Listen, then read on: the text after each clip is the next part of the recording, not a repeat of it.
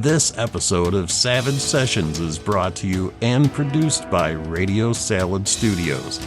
We are an actual play podcast dedicated to tabletop role-playing games of all shapes and sizes.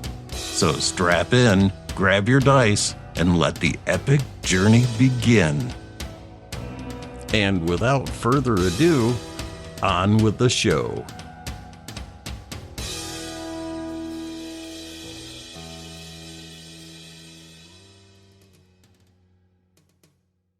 Good afternoon, players. Welcome back to your Savage Session. My name is Chucky T, and I'll be your host for Deadlands Noir, A Bad Night of the Orpheum. Powered by the Savage Rules Edition. I almost got that. Damn it. Created by the good people at Pinnacle Entertainment. Visit them for all your role-playing needs. From your character's point of view, what happened last session? Well, we were at the, I forgot the name of the other bar we always start out. We were at Dan's place, having some drinks, enjoying the Absent House. Absent House, there it is. Yes. And a guy approached us who was named Silas Linden. He wrote it down. Look at that, kids. He wrote it down. Notes. Yeah. That I wrote down. My old notes are on my other one. Silas Linden. Yeah. Approached us to he contacted me first because he overheard my name or something and asked about me doing some jobs around his place.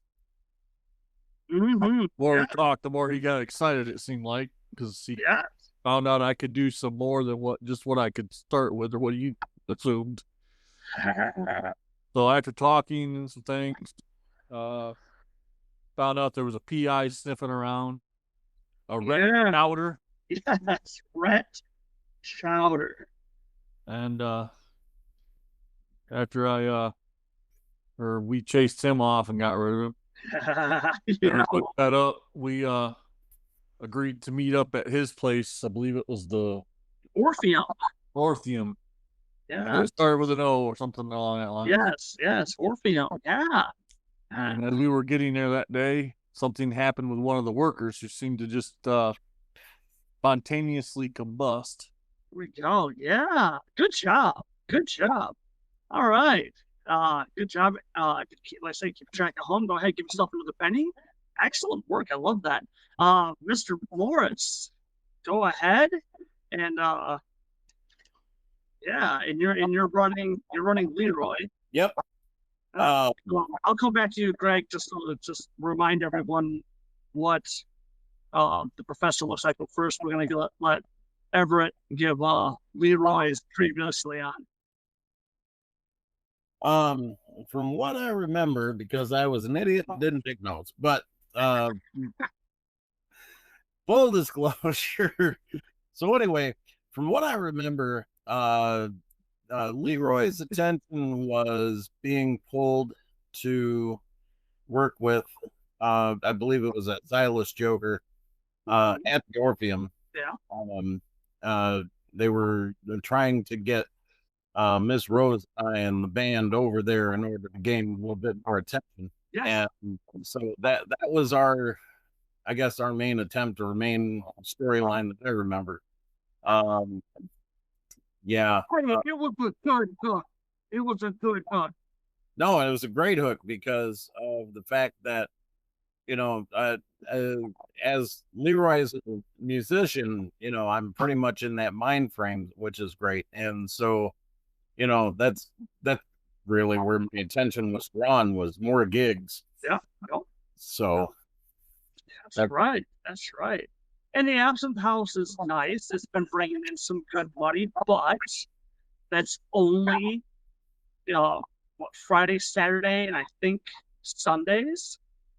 There's still a couple other days a week now, and the money has been nice. But yeah, so real quick again, why don't you go ahead, give us a lowdown on Leroy again, just to refresh everybody's memory. How old is Leroy, and what does he look like, and what does he do again? Leroy is 27 years old. And he is, as I lovingly describe him, as a pit bull of a man, but yet super nice to the ladies and rather intimidating to the men. He's a bass player that works just about any gig he can get his hands on. And basically, he is an African American of a very sturdy stock and has no problem loving the ladies and fighting the men. Yeah. Well, what's something else that's a little bit important about Leroy that you just recently figured out? Oh yeah, he's not alive. He's an undead dude. Yeah, Harold. there is that. He literally just learned that at the tail end of season 1 and is at the beginning of season 2. He is finding ways to acclimate himself. What he thought was a dear friend that saved him in a car accident, Mr. E.J. Wink. Apparently he, ergo, he thought it was his roommate. Everything was fine and dandy. No, it's basically his inner self taunting him. Yeah. So now he's enveloped himself in this reality that EJ Rink is basically always there around him, but nobody else can see him. And, See, right? Everybody has voices. it's the superpower. If you get enough of them, create your own committee. Well, mine's just one, but he's a pain in the ding dong. Yeah. All right, Greg. The professor. Why don't you go ahead and give us a rundown of the professor? Professor is he tried to be, he tries to dress somewhat decent, but fails. He's got an old rundown suit that's obviously worked in it. He's got patches on the elbows at various spots. How old is the professor? He's about 30 years old. Okay. All right. A big old obnoxious top hat. Yeah. Or Abraham Lincoln territory. And the professor does odd jobs usually, right, kind of keeping his head low. Why is he keeping his head low again? It is when he was growing up and stuff. He come from a fairly rich family that sent him to a lot of fancy schools and everything. He encountered a company in his past that doing some things he didn't agree with, tried to get away. Okay, all right. But he's a scientist. Yeah. So he does the odd jobs to make money to fund his little projects. Gotcha. Yeah, no problem. Okay, well, good. Yeah, so yeah, like you guys said, you went to the Orpheum to see exactly what it was that Mr. Silas Linden could offer you. But yeah, it turned to crack real quick when you guys got there, and off to the left side of the building. The crowd separated itself, and there it was. There's a man first. He's kind of smoking, and then he went up like a Roman candle. Everyone screamed and tried to help him out. And I think Leroy, you said you were going to run up and put him out, or was that the professor? He did. Okay, yeah, because yeah. I ran up and took off and started hitting him with it. Yeah, well, I tried to do the detect aura thing, and my thing went nuts and blew up. That's the double one. Or didn't blow up, but it started sparking stuff. Yeah. Oh yeah, fickle thing. Well, that's awesome. Now, because yeah, we'll get to that in a second. But yeah, because by the time Leroy got up to the smoldering body, it was literally a smoldering body. He like literally Leroy may have tried to pat it once, twice, and it was nothing but a charred remains of a human being. And as for the glove, while all this is happening, people kind of gathered around, somebody's yelling for the cops, somebody getting called an ambulance, call the cops, things like that. Mr. Linden is trying to calm the workers down. Other workers are screaming, and a couple of them have just run away. Professor, you're looking at your glove. None of this really matters. This is what matters. It's like this. This is what matters. yeah, no, that's going to require a workshop. You're going to need to go. You don't have the tools necessary to make their things. Right. We had said it was busted and out of commission. I've got it already on my sheet. Yeah, unfortunately. But yeah, so okay, so like I said, you got, Rose is there, Rover's trying to, console her. You got the guy screaming for cops, screaming for ambulance, Mr. Linden trying to calm people down. You got so like, some of the homeless people are kind of poking out and they're watching and things like that. Yeah, why don't you guys go ahead and give me some notice rolls. Oh, there Okay. it is. Okay. All right, so we got a 4 and we got a 2. Professor, did you want to bet any of that? You don't have to. Okay. I don't know. All right, you got that 4th one. Wait, you got another 2 and a 1? It's exactly the same. Wow. Your glove has totally mesmerized you. Like, you're trying to put together what exactly happened. It ain't just the glove, the voices, like you can kind of see it in my eyes, they're clouding over. What's going on? Yeah, no. They need to shut up. This is important. This needs to be cared about. Oh, That's one of their helpful employees. The baby is hurt. The baby needs to be coddled. Put a Band-Aid on it or something. And the arguments are starting. So yes, shut up. No, that's not it. So the professor's having a conversation by himself. Oh yes. Totally engrossed in something, having to his arm. There's one voice in there going, "Hey, look at Crispy Critter." Everyone's telling him to shut up. This is more important. No, seriously, what about that guy? He got backhanded by somebody. It's probably the prober. Yeah, no, the prober's also probably like, they both get hit. So anyway, Everett, you got a 4. So we get a little bit on this. You glance over to Rose, actually, who is over by Rover. And Rover is, not really looking at that direction. He's trying to steer Rose away. Rose is constantly turning, trying to go back. And you overhear her saying something like, let me go, Rover. I need to see if I can help. I need to see if I can help.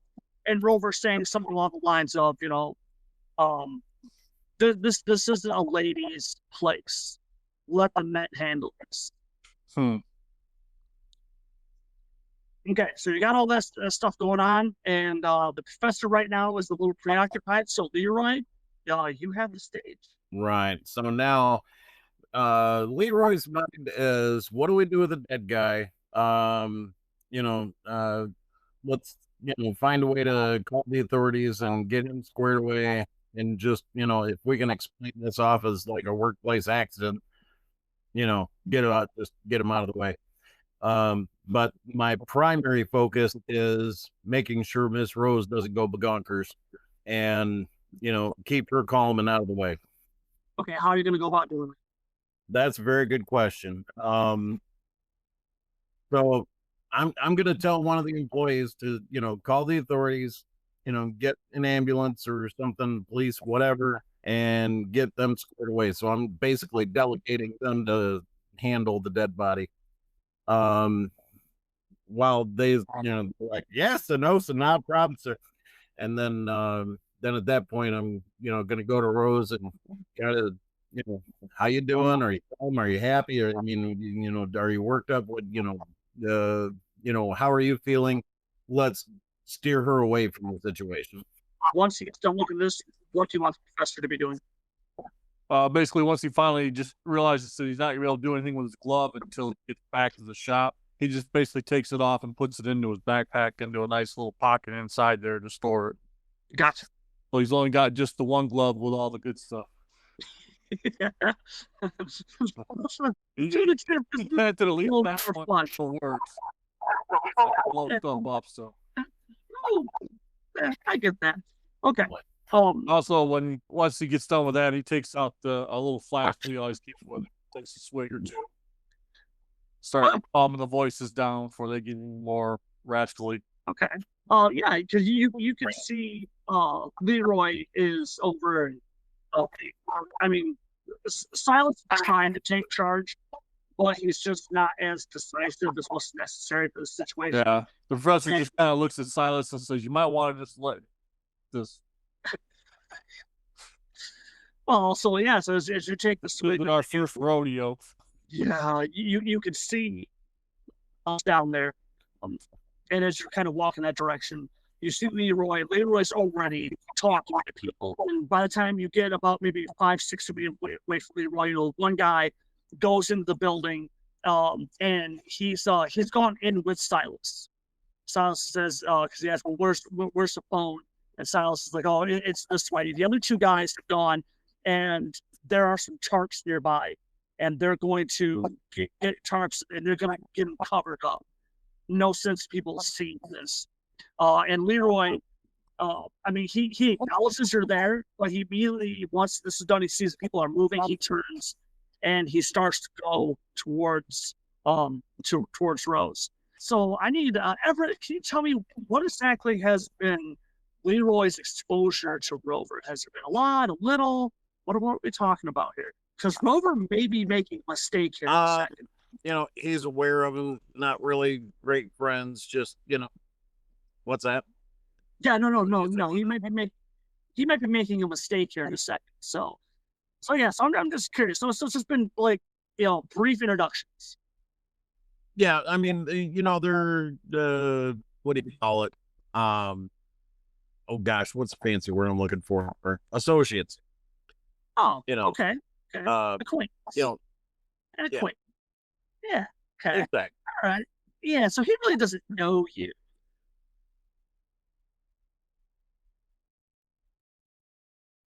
He doesn't know me.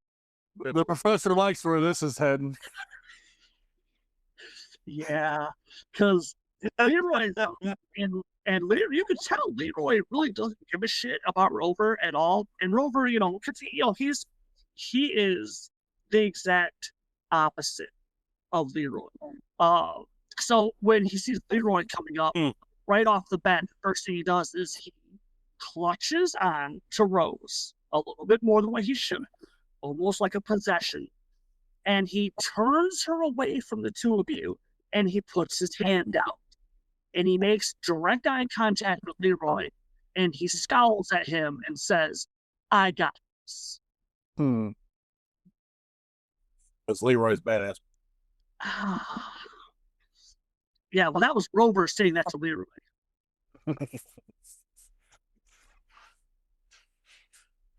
Yeah, they're not. How is Leroy taking that?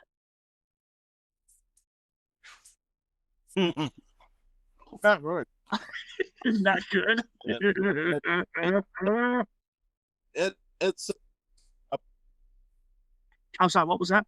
It set the temperature up a little bit. Oh, okay. Set his temperature up a little bit. Okay. Yeah. Oh yeah. Here we go.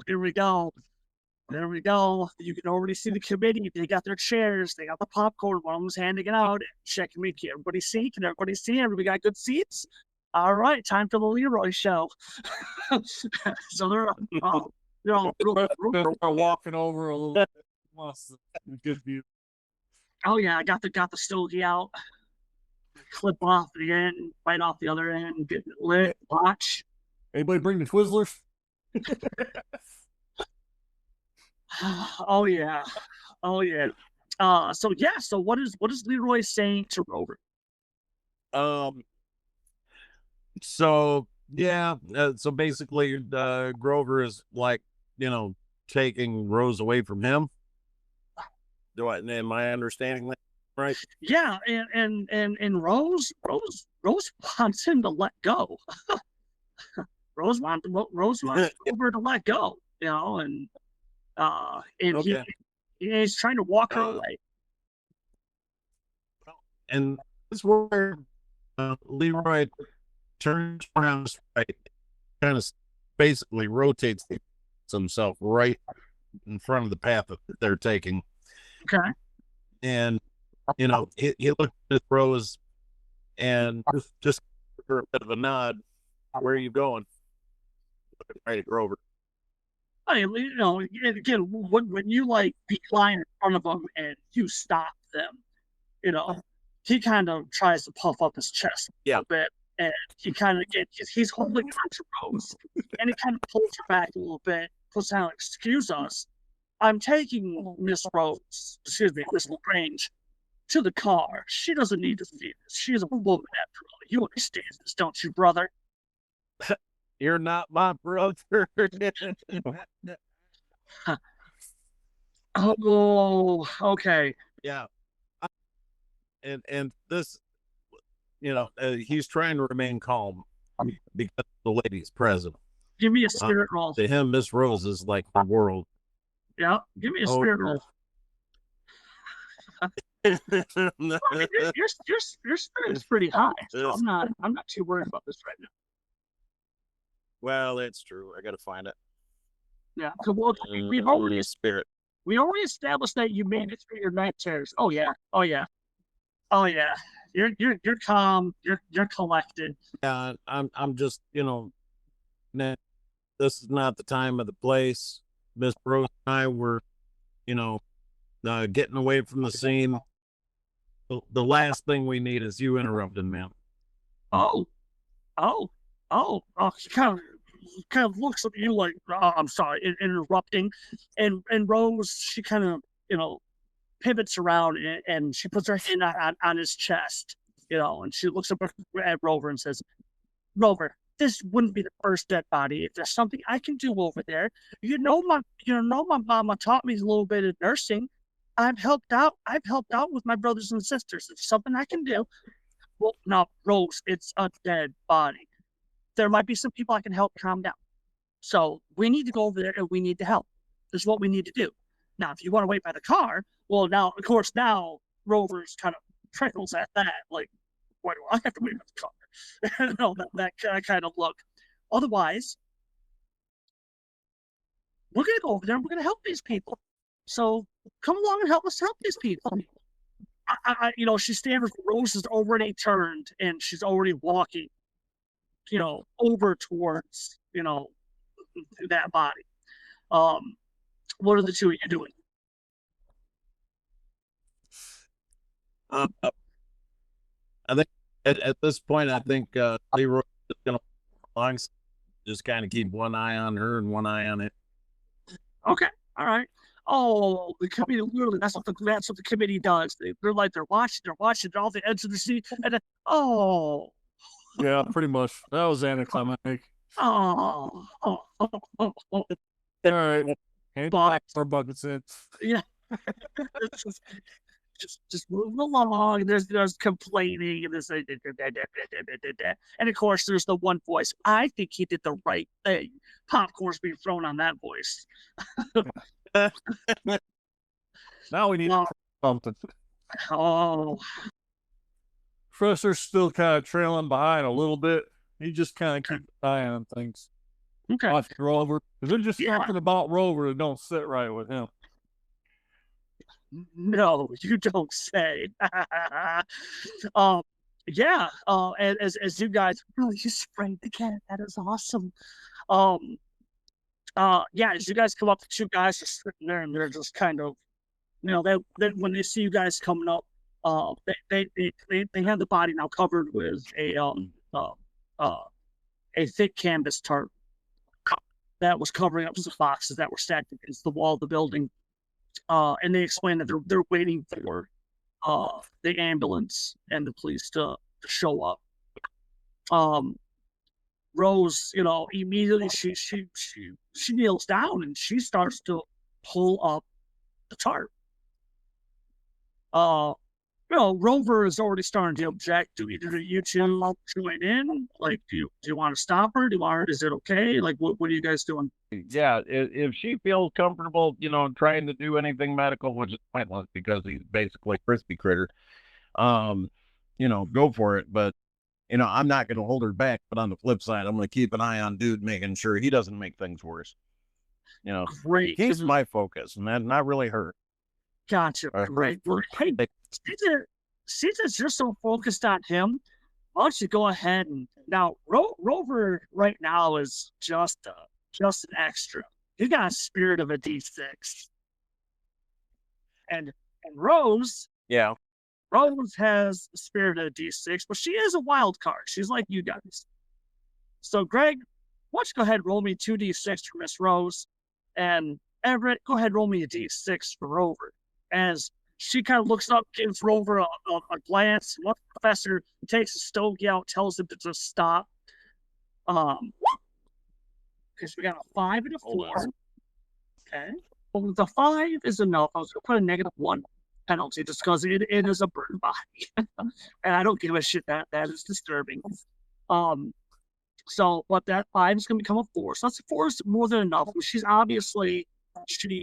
taken aback, and she's her eyes big, and she pulls up. She pulls more up, and her eyes are huge, and she lowers it back down. She stands up, takes like 1 or 2 steps back. Her eyes looking at this like, oh my God. Oh my God, what happened to this man? Rover takes a look at this, and he's really soaking it in. Oh, sweet Jesus.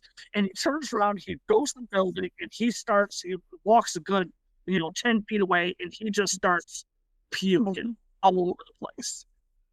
Right there. And he's just retching, breathing deep. He'll glance back, turn green again, and then he just start puking all over again. And so while that's happening, that's when Rose is asking, "Sweet Mary, what happened to this man? What? How was he burning? He came outside when they put him out." And the two guys look at each other like, "No, man. That man, he came out of the building, and he was saying stuff to us. We couldn't understand it very well. Well, he was asking for help, and he was saying something about, look what he did to me, and then he was already smoking when he came out of the building, and then he just went up like a candle, man." The other guy looks at him at candle shit. He went up like a freaking bonfire. Like what I read about this in a book, or in a magazine. It's called a spontaneous combustion. Spontaneous combustion, right? Oh yeah, I heard about that spontaneous combustion. It's spontaneous combustion. Oh, They're close though. We'll give you an X for it. Rose just kind of blinks. She looks at the professor. What is spontaneous combustion? I ain't never heard of nothing like that. What is that? It's just something going up on fire for no reason. Yeah, why don't you go ahead and give me a smarts? Smarts roll. Yeah. Oh man. Actually, if you want to use your weird science, you can use that instead. Weird science? Yes. Yeah. Big nut. Spontaneous combustion is bullshit. It's total crap. It's absolute total crap. If somebody goes up in flames, they went up in flames for a specific reason. People do not just go up in flames just because. I was trying to explain it away and let them. Yeah.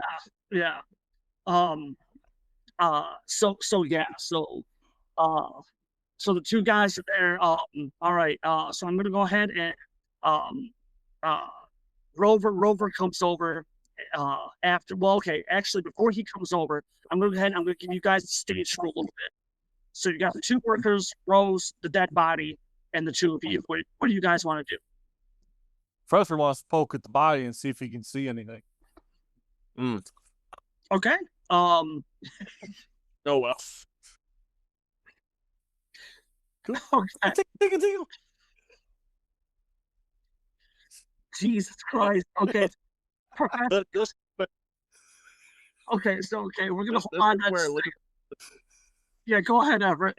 this is where Leroy is just kind of put this number over his sunglasses, like, okay. Okay, yeah, no, it's yeah, back up. Yeah. Yeah, well, you're not the only one. And the professor kneels down. He drapes, the tarp back and opens up his backpack, and he starts undoing a whole bunch of, they look like medical instruments. And Rose is like, Joe, Joe, Joe, here's a bad problem here, Greg. You're contaminating a crime scene. Well, Well done. You're you're you're touching a dead body. You're desecrating a dead body. This is The committee doesn't this, care. this is a big social no-no. Now, because Joe's Joe. Committee doesn't. That's exactly right. So, are you stopping or are you still going? Because technically you're working. Oh, you mean the voices are in control?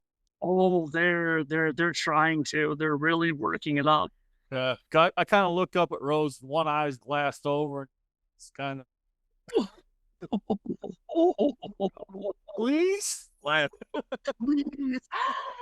Oh my god. Oh my god. Oh my god. Okay. That was one of the voices. Leroy. Oh my god. Leroy, do you want to talk the professor out of what apparently he wants to dissect the body here in the streets? Oh no, I want to. No, I'm now. See, the cool thing about the professor is there's two things that Leroy knows how to do: is to interrupt. At this point, he's gonna look at him and say, "You know what? Go for it. Let's see what happens." Whoop. Yep, because leaning against the building by Rover, EJ is standing back, and he's got an apple in one hand. It looks like a rotted apple, and he's peeling it, and he's like, "That's right, Slick. No need to come between a man and his good work. That is right. That's right." Okay, so basically, the voices are in, and you got the two guys are like, "Whoa, what are you doing? What are you doing? What are you doing?" And Rose is like, "No, Joe, no, you can't do this. Joe, what are you doing? Joe, you can't do this." Oh my god, yeah. Because all Joe initially wanted to do was just get a little bit of the dark skin. Just Oh, so okay. If he could see if anything was. Okay, so you just want to take some color. you want to take some want to samples. get some samples to look at. Okay, so you don't want it to go into full blown. No, I didn't want to go and like, all right, let's take this arm off and see what connects it. Oh, tell me. Okay, all right. You want to get some samples, and but yeah, the voices were starting. They're starting to kick in. Okay, well, because you got these people. Rose is trying to stop you. Everett, could you? Are you ready or not yet? Oh, we're good. Yeah. Okay, cool. I need you to do me a favor. Greg, I'm going to need you to go ahead and give me a spirit roll. Oh yeah. And this is going to be you trying to push back the voices. Greg, I need you to go ahead and roll me 2d6. Now hold on before you re-roll that, because you got 3. Okay. This is Rose trying to help talk you out of it. Okay, so she might get a success, and if she does, that'll bump that 3 up to a 4. Okay. Because you'll succeed. 4 and 4. If that means You got 4 and 4. Yes, it does. That'll give you the +1, Greg. Okay. That'll bump that up to a 4. So, Okay. so yeah. So you succeeded in pushing it back.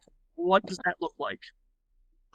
You can almost kind of just see the cloudiness of the one eye that had gone white. It kind of comes back to normal, almost like it's just like somebody let the drain out. It's going. Okay. What exactly is because I mean you got the two guys that are getting ready to freak out. I mean, absolutely freak out.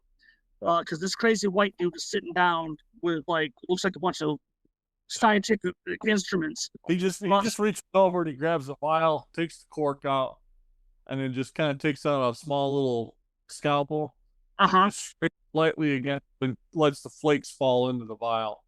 Puts the cork back on, puts it in his bag, closes it back up. So we're gonna go ahead. We're gonna push this forward a little bit. And when this, we're gonna do a screen wipe, and when it comes back, it's about maybe 5-6 minutes later. Professor Heavily. Well, there are 2 beat police officers, and the camera is pulling back as we see the body of this individual, the bird individual, being loaded up into the back of the meat wagon.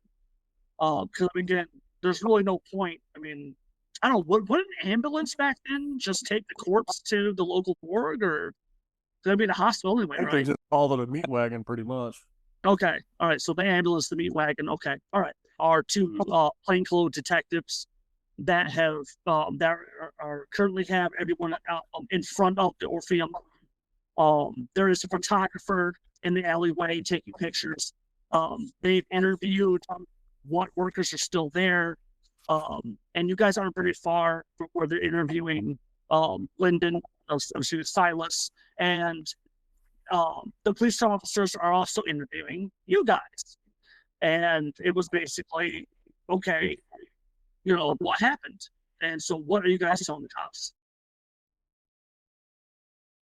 Want me to go first, or you want to go? Yeah. All right. I go. You said it's just several cops, or one cop, or they all ask? Well, you got 2 beat cops that are kind of, doing crowd control, and then you got 2 plainclothes detectives. Now you guys have lefties. You guys have lefties of detectives. Yeah, Leroy, you're happy. And when Detective LaFontaine steps out, Dude, it's in here yet. Please. and her partner Miller steps out of the car. And Detective LaFontaine, she does stop for a second when she recognizes, when she recognizes Leroy standing in front of the Orpheum. And so you guys are talking to Detective LaFontaine and Detective Miller. So yeah, what is the what's the story? What are you guys telling this to? They don't separate you guys, right? I mean, there's not much to tell. We got here, and as I was walking up, this guy come out of the side of the building, and was on the side of the building, and started screaming. I couldn't make out what he was saying, and next thing I know, he went up in flame. Okay, all right. Leroy, what are you? Is that basically the same deal? And authorities, and I'm like, he nailed it, dude. And Silas is like, because they asked him, well, was he working with anything indoors that is flammable? And Silas is like, well, Not on the bed. I have there is paint thinner inside. There's a strong possibility of that. Well, other than that, I can't imagine anything else that would be in the building that would do that to somebody. And the detectives do make a comment that no, this isn't the first time that we've there's been a lot of bad things happening around here. And Silas, kind of looks around, thinking of some kind of answer, and I can't explain any of that. All I can tell you is that there's been it's an old building, and we have had accidents. And Miller points out that we found there was a body that was found not far from here. Isn't that right, Mr. Linden? And at first Silas was kind of looking around, and then his eyes get big, like he suddenly remembers, like, that was a homeless man. It was a homeless man, and LaFontaine, she's not even looking up. She's being very coy. And she looked at her notepad. She's still like writing stuff down. And she's like, yeah, but he was pretty tore up. And Linda just kind of glanced around. Says, it was a whole. I had nothing to do with that. I don't know what happened to this man. In fact, I was after we made the phone call. The workers that still hadn't come out, they didn't even recognize this man. He could have been another homeless man that was trying to be a favorite inside the Orpheum. And the two detectives nod and say, all right, well, we're gonna go ahead and take a look around. We appreciate everybody's time. They collect you guys' contact information. Right. Getting out on good old business cards. They want Silas to walk them walk them through the building. And it's at that point Silas perks up. He says, unless you have a search warrant, I believe the crime scene is outside. Lyndon says that he's going to go inside, that the police can do what they want outside. Once his lawyer shows up, that they can start directing questions to him. And with that, he turns and says, and I believe I owe you good people a tour. And Rose comes over. This whole time she's been over by the car, and she's been talking to Rover, who is wearing a mess all over the front of his absolutely gorgeous suit and everything. And she comes back and she very quickly explains that Rover, Mr. Washington, will not be joining us. He's going to retire for the evening to get a better change of clothes. I'll be giving you a cab. The professor, he kind of giggles. He goes, if he keeps it up, he'll have worse attire than I do. Jesus. Rose just shoots the professor a look. And so Silas, doing his absolute best to try and stay, tough and cool and composed. Very currently nods to the police officers and extends his arms and motions for everyone to go ahead and go inside. And he'll give you guys a quick tour. Hmm. So I'm gonna go ahead. I'm gonna give you guys the stage. You guys are up. Where do you guys want to go? What do you want to do? It's just the three of you and Lyndon right now. Professor's kind of curious about some of the past events that have been mentioned, because I said there was a homeless guy. This guy just went up in flames. He's wondering about what other accidents have supposedly happened. And so Lyndon is sitting on the stage, shaking his head. He's waiting for his lawyer to show up. George Stockard. I don't know. Do you guys mention that you've had dealings with George in the past? We'll let that be a surprise. Okay. And Rose, when she could see that Lyndon is pretty much down, she tries to boost him up low and tells him that the place is beautiful, and he looks at her, he smiles, he perks up. Again, the guy's in his early mid-50s, and he smiles and do you truly think so? And Rose nods and says, yes, no, I like this. I really do. I can't wait to see, and I can't wait to be up on that stage. And she makes her way around, and now she's walking on the stage, and Lyndon is kind of turned, he's watching, and he's got a big smile on his face. This stage suits you, Miss Rose.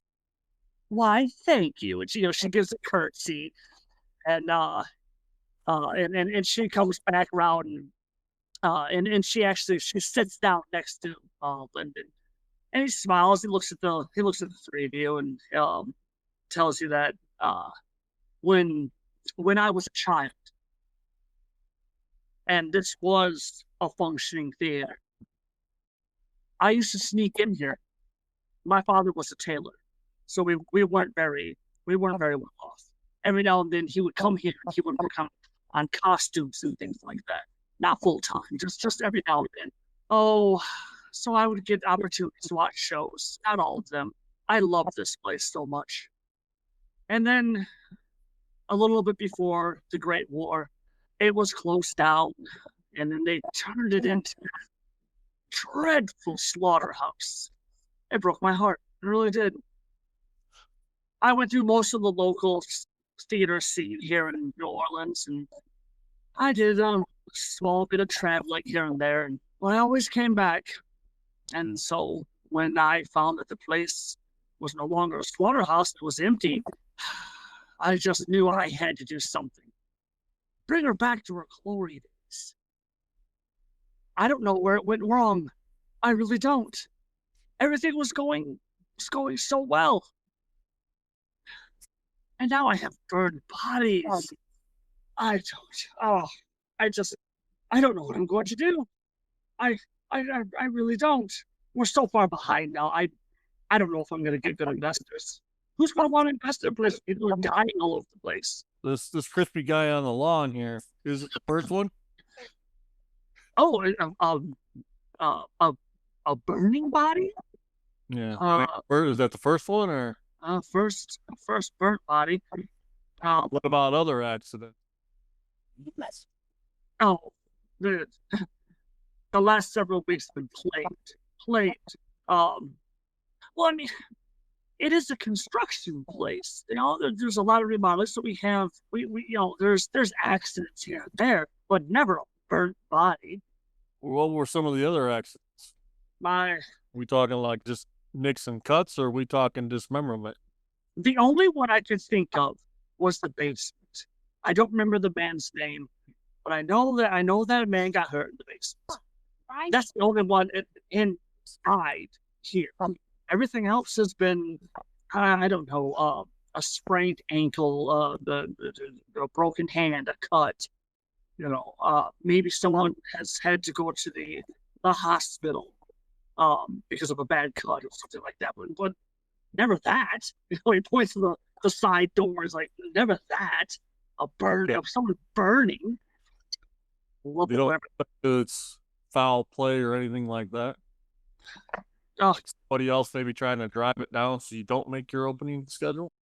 For the life of me, and when I hired Mr. Stockard, in which I'm not a fool, I understand, but I had to find some sort of legal representation.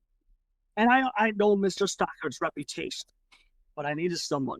When these started to happen, and then that filthy detective started. Yeah, Chowder. Yes, Chowder. When he started poking around, these were questions that Mr. Stockard asked me: is if I had anyone that threatened me or anything, anyone expressed interest beforehand. The thing is somebody hired him. You don't know who? Oh, no, I do know who. Mr. Stockard found out very quickly. And it's my insurance company. Okay. My own insurance company. I don't know. He said something about me being a con man. I don't even know how to begin running a con. Sort of con dead people on my side street. Homeless people. This place was flooded with homeless people. Now there's hardly any homeless people really around the place. Okay. I'm just at my wit's end. I don't know what I'm going to do. If this keeps up, if I keep having these problems, I'm going to have to stop. I'm going to have to walk away from this. Rose kind of nods, and one of the front doors to the auditorium opens up, and a blustering George Stockard comes lumbering down the aisle. Hey, if you guys are cops, you get away from my client right now. I'm not even joking. He stops. Once he sees him, well, this is gratuitous. What is going on? And Lyndon just starts gushing about everything that's been going on. Okay, hold on. Okay. So, why don't you give me a second? And I need to talk to my client, Lord. Hey, boys, hey, did these guys tell you? I got them out of jail, so I can get these two characters, thumps each and I hear, well, thumps the professor stops. He's about to thump Leroy, and I can get them out of jail. Yeah, Silas, buddy, I can get them out of jail. I can get anything done. Look at these two. We're gonna be right back. When you talk to my client alone just for a few hot seconds, I want to come back. I want to catch up with you guys. What you crazy cats up to? And Any chance we can look at that basement? Lyndon's about to open mouth, and Stocker turns, absolutely not. You stay right there. Just relax for a few. Let me talk to my client. We'll be right back. Dead body and all. So they kind of go off a ways, and Rose just kind of glances around. Okay, Professor, seems that I can't think of anything, and you know how the whole body's burning up, but you didn't bring that up once when you were talking to him. Why? I'm still piecing some things together because there's a lot of different explanations. Could make something go up. I think we should. I think we should help him. Leroy, look at this place. I mean, just look at this place. I mean, no, don't look at it the way it is. She comes down and she loops her arm in Leroy's arm, and she kind of does the whole. I mean, just envision it. Yeah. It could be amazing. We gotta help this guy. We gotta do something. I don't know how. I don't know even where to begin. From the beginning, I mean, let's take a look at what needs to be done in order to get this establishment all rolling. And, accidents are going to happen no matter where you're at. So, what we do is we need everybody working here on heightened awareness and, make sure everybody works a little bit safer. So that way we don't have cut off hands and exploding heads, or flying gloves, whatever the committee decides to do. And I kind of laugh at, the professor. And, I'm just like, hey, things will happen. Things are going to work out. Is there any way that myself or the professor can take charge of the situation or whatever needs to be done? Yeah. Yes. Stockard coming. He's coming back. Lyndon is sitting in a chair, and he's got a small steno pad. He's writing stuff down. Stockard comes back and kind of, hey guys, ma'am, George Stockard. As he's going to he's reaching out to shake her hand, and also the card snaps out. He winks at her. George Stockard, lawyer, don't get suckered, get Stockard. She kind of looks at him. Rose LaGrange, you helped my friends here not too long ago. That's right, lady. If I can get these two cats out of jail. You called Dan set. Anyway, I'm here. And you're a Hey, I got you out of jail, didn't I? Okay, so you're a loose cannon. yeah, a loose cannon, effective, efficient, not always in the same order. But hey, let's move on.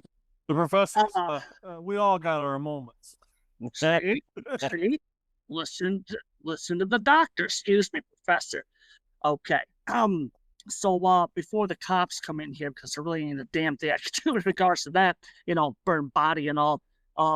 Did either of you two? He looks specifically. He's looking at the professor. You didn't, nobody, did you? No. No. No. You sure? Okay. Now he turns and looks at the other two. Is he telling the truth? He didn't. He did. If he did, we start doing some talking. Just he's looking. Relax. The only thing I try to do with my other device that detects any weird going ons. Oh, Jesus! No! You didn't do anything. You showed up, and that guy burst into flames. Spontaneous combustion. We're just gonna roll that. Total act of God. Okay. That's fine. All right. Now I couldn't help but hear that you guys wanna step in for a little bit. Is that what I'm hearing? Yeah, we want to help. Yeah, there's potential here. Obviously help. This looks like something kind of up our alley. Yeah, Stockard kind of looks at you. He doesn't know exactly what that means. When he kind of, okay, but you want to help. Want to help. That's the important thing here. And you're cheaper than if I go look for a private dick. So here's what we're gonna do. I'm gonna hire you two on as consultants. You do me a favor. Start talking to the locals. Start talking to the workers. All that good stuff. I need to get some sort of timeline going on here. I gotta get some concrete on these poor guys, because somebody or something at this place is cursed. Thank God this is New Orleans. I can't throw a stick without hitting no mamba jamba stuff. You know what I'm saying? So you guys help me out, and then I'll give you guys a free call. You know what I'm saying? I'll pull you guys some strings. You ever get into some legal crap? You know, you help me, I help you, sort of thing. Well, you're a complete nut job, but you know what you're doing. I'm gonna take that as a compliment. Yeah. All right. Yeah. Leroy's shaking his head, kind of looking at like me. What a That's good. Rose is like, yeah, okay, darling, you just stay beautiful. That's what I need you to do. Excuse me? Exactly. Okay, I'm gonna go make sure that Lyndon's writing down the correct statement for the police, because pretty soon they're gonna come in here and we're gonna need them walking through. Before they come, yeah. Hey, Stockard, whatever your name is. Stockard, George Stockard. Don't ever call her darling. You call her Miss Rose or Miss LaGrange. You understand me? And I get like 5 inches from his nose.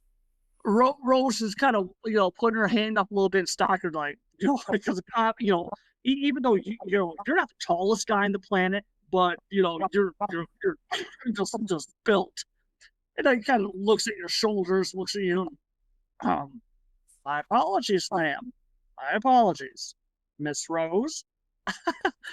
Easy, Leroy. Easy. Apology accepted, Mr. Stockard. Right. Oh, okay. Hey, I heard you guys were saying something about going down the basement. You been down in that place? Have you seen it? No, that's why we were wondering. Because didn't he have another accident down there with somebody? Yeah, he mentioned it, but no, I didn't really. I mean, dude, it's look at this place. And the workers he's getting here, he's not exactly hiring creme de la creme. You know what I'm saying? Can't really afford it. So I just been writing off a lot of these accidents to, they're accidents. I'm trying to think here. I know there was one guy. New Orleans is full of all kinds. I had exterminated a rat. Again, he looks at you like he's not sure exactly what that means. Well, he's like, right, rat lady, right, basement, yeah. They were pulling out some of the old slaughterhouse stuff. Some dude got caught on some of the old machinery or something. I don't know all the details top of my head, but I know the poor bastard died in the basement. Bled out before the ambulance could get him to save the poor bastard's life. But you know what? Honestly, I chalk that up to just another damn accident that happened here. It was, tragedy. Don't get me wrong. No. Damn. You know anything that happened here when it was still a slaughterhouse? Was there any crazies? You know what, boys? Honest to God, I really haven't done a lot of looking into that shit. Something we need to. If there is something here that could have, put that kid up in the flames like that, I need to know about it first. Think you can do that for me? I speak for my client when I say this, because I officially hired the three of you, young lady. Haha, that's right, more than coffee. I swear that he just cuts her off. Hired three, you are now my consultants. You are working for the George Stockard Law Firm. Haha, you like that? You got titles now. Great. So what's in it for us?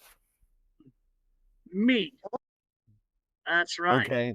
Well, how about the money? Do we get paid as being consultants? As soon as I do, you do. That's right. This is how this works. Favor for favor. And I look at Professor. We're not getting paid. I'll give the benefit of the doubt. Dan did hear him to get us out the one time. That's right. That's right. Dan Waller knows. Don't get stalkered. Get stalkered. That's right. Go ahead. Look at the basement. Check around. See if there's anything fiddly bits, nothing like that.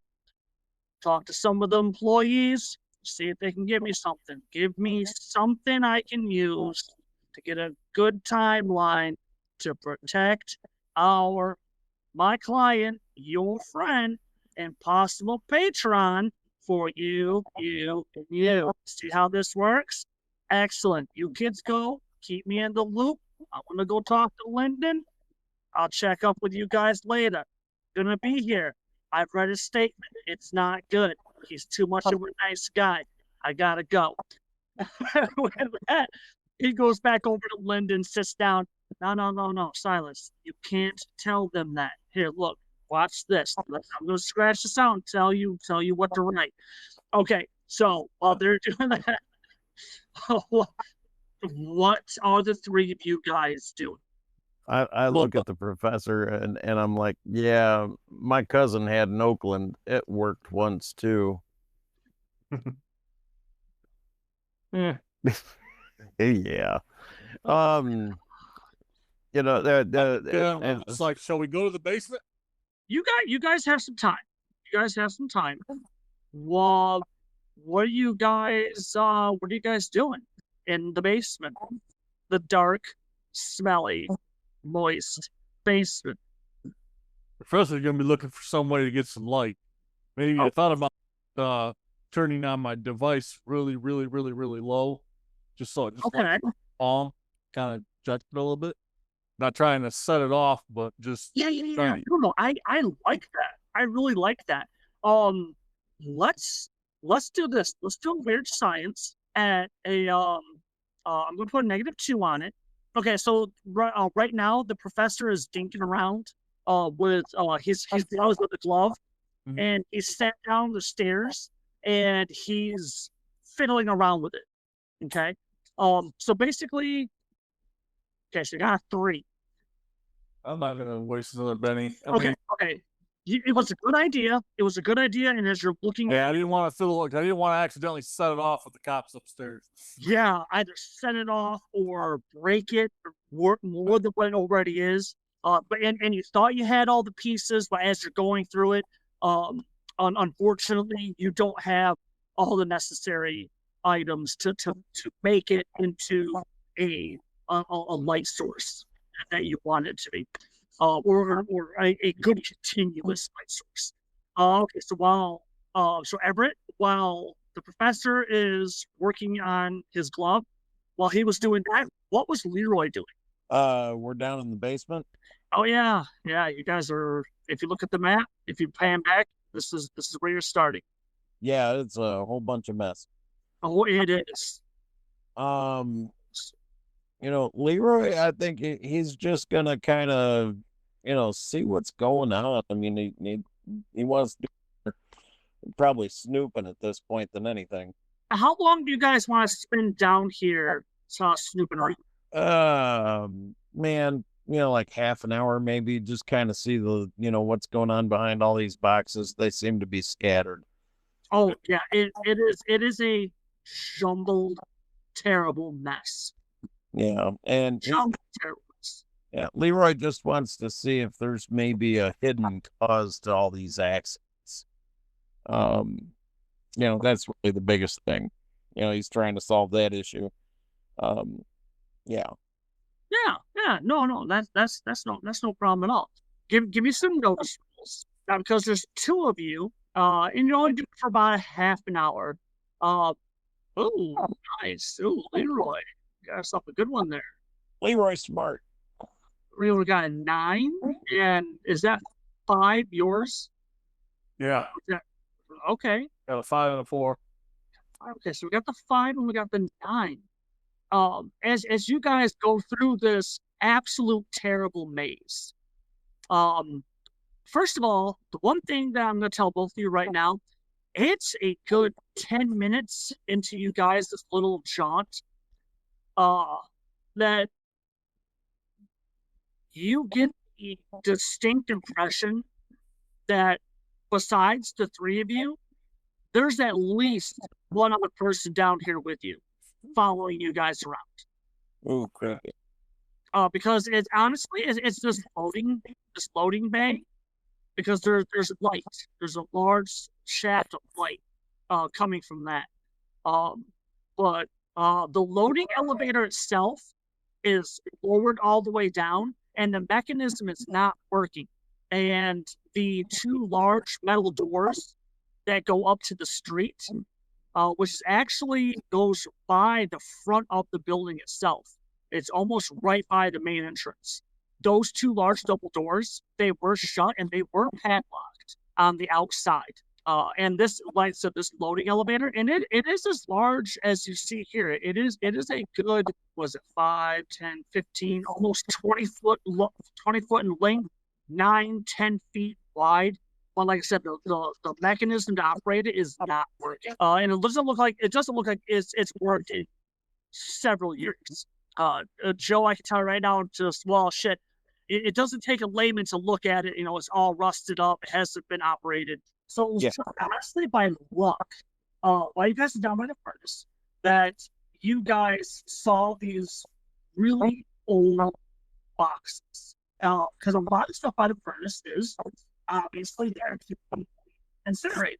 It was Rose, actually, who brought it up, because one of the things that she mentioned was an old vaudeville singer. Right. And again, you guys are not from New Orleans, but this guy toured the country. And it was just someone that you kind of like, oh, no shit, he played here. As you're looking at it, there's a bunch of old, moldering documents on the inside. And they're pretty well kept together. As you guys go through several of these boxes, and I can definitely tell you that as you guys look through this, there's a couple of times where you guys stop, you look around, and either you or Rose, I don't know whichever one of you wants to do it or not, you actually stop and you call out a couple of times, asking if they're still right there, because you can hear somebody sneaking around. Right. So as you guys are going through this, probably the professor, while you and Rose are looking through this stuff, and Rose is, organizing different things, because you find like old ledgers, receipts, things like that, and the ones that you can read seem to be just a few months before World War I, so before the Great War. One of the things that you guys find is a bill for purchase from a Nightlinger's traveling expedition of the extraordinary. Oh, sweet. It includes, among other things, one coffin and contents. That's a wrap for this week. Join us again here at Radio Salad Studios, home for Savage Sessions. Make sure you follow us on Facebook, Instagram, and YouTube, and hit that bell icon to be notified when new episodes are released. Until we see each other again, Go out there, be safe, have fun, and may the dice be with you. always. This game references the Savage Worlds game system, available from Pinnacle Entertainment Group at www.peginc.com. It is unofficial media content permitted under the Media Network Content Agreement. This content is not managed, approved, or endorsed by Pinnacle Entertainment Group. Certain portions of the materials used are the intellectual property of Pinnacle and all rights reserved.